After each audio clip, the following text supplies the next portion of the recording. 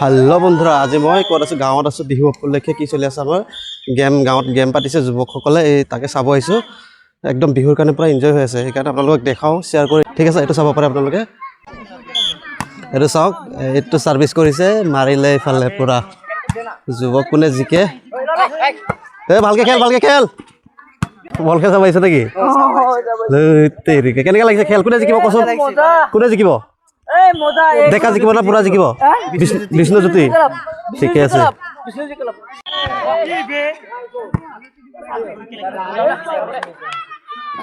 गाँवर युवकসকলে पातिছে সৰুপদম गाँवर युवकসকলে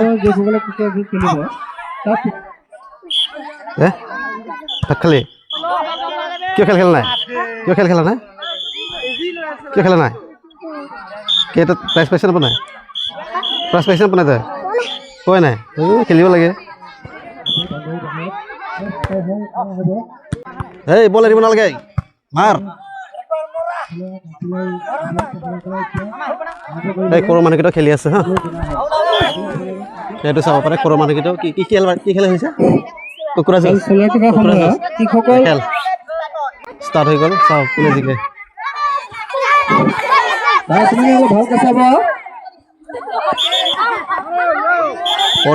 परिले सब কুকুৰাবোৰ তিনিজনী কুকুৰা বৰ্তমান তিনিজনী কুকুৰা যুঁজ কৰি আছে আগত পৰিছে ফাৰ্ষ্ট পাই গলি নহলে দুজনে একেবাৰে কুকুৰাজনৰ ৰাণী ফাৰ্ষ্ট পাই গল সেকেন্ড কোন আছিল সেকেন্ড অসুবিধা হৈছে সেকেন্ড পাইছ ঠিক আছে আমাৰ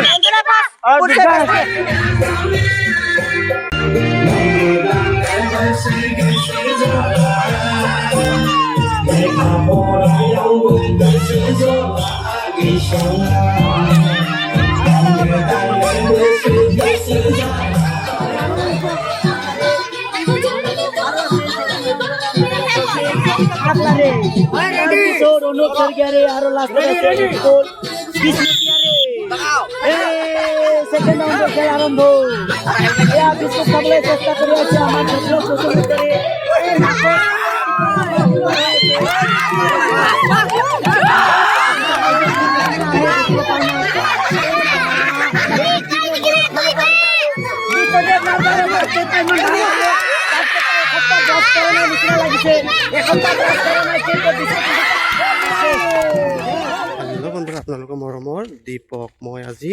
गुवाहाटी माछमजियात নাই मैं आছো गाँवत गाँवर परिवेशत बिहु आहिছো बिहुर कारण घरत आज मैं कि करिम এটা रास्ता देखाम जेतु रास्ता आमार गाँवर रास्ताय বুলি कब पारि पथर মাজদি আছে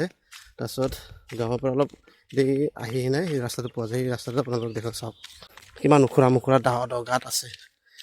গাত থাকিলে বহুত অসুবিধা হয় মানে কাম চাম কৰিব কাৰণে খেতিৰ টাইমত তো ৰাস্তাটো কমছে 3 কিলোমিটাৰ লম্বা হ'ব বুকাৰ দিনত তেতিয়াহ'লে পুৰা এইটো অৱস্থাই নাথাকে কিমান প্ৰব্লেম এইটো চাওক এইটো উখুৰা মুখুৰা ইমান ডাঙৰ গাত হৈ আছে এইবিলাক মতে মোৰ মতে পথাৰ মাজত বিলাক ৰাস্তা আছে নহয় যেতিয়া খেতি বাতি কৰে ধান চান কৰে ইমান চা গোটেই দিকে কি হয় আপোনাৰ গোটেই দিকে খেতি বিলাক যিমান সব খেতি পথাৰ এইটো ৰাস্তা দিয়ে আহে যেতিয়া ধান চান লৈ লুট লৈ যাব খোজে তেতিয়া এইবিলাক ৰাস্তাত ইমান কম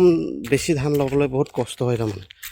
ট্ৰেক্টৰটো লাগি ধৰে বা ট্ৰেক্টৰটো পাল্টি যায় এক্সিডেণ্ট হোৱাৰ বহুত কিবা থাকে আশংকা থাকে সেইকাৰণে কম আনিবলগীয়া হয়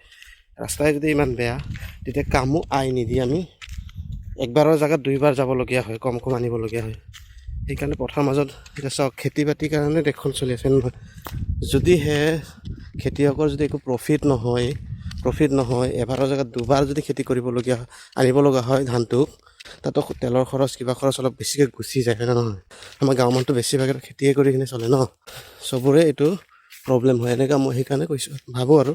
এইবিলাক গাঁৱৰ মাজৰ পথাৰ মাজৰ ৰাস্তাবিলাকতো অলপ চাব লাগে চাব লাগে আৰু পকী নবনালেও কমচে কম কিবা এটা অলপ সুবিধা কৰি দিব লাগে এনেকৈ অখুৰা মুখুৰা ৰাস্তাত কিমান অসুবিধা হয়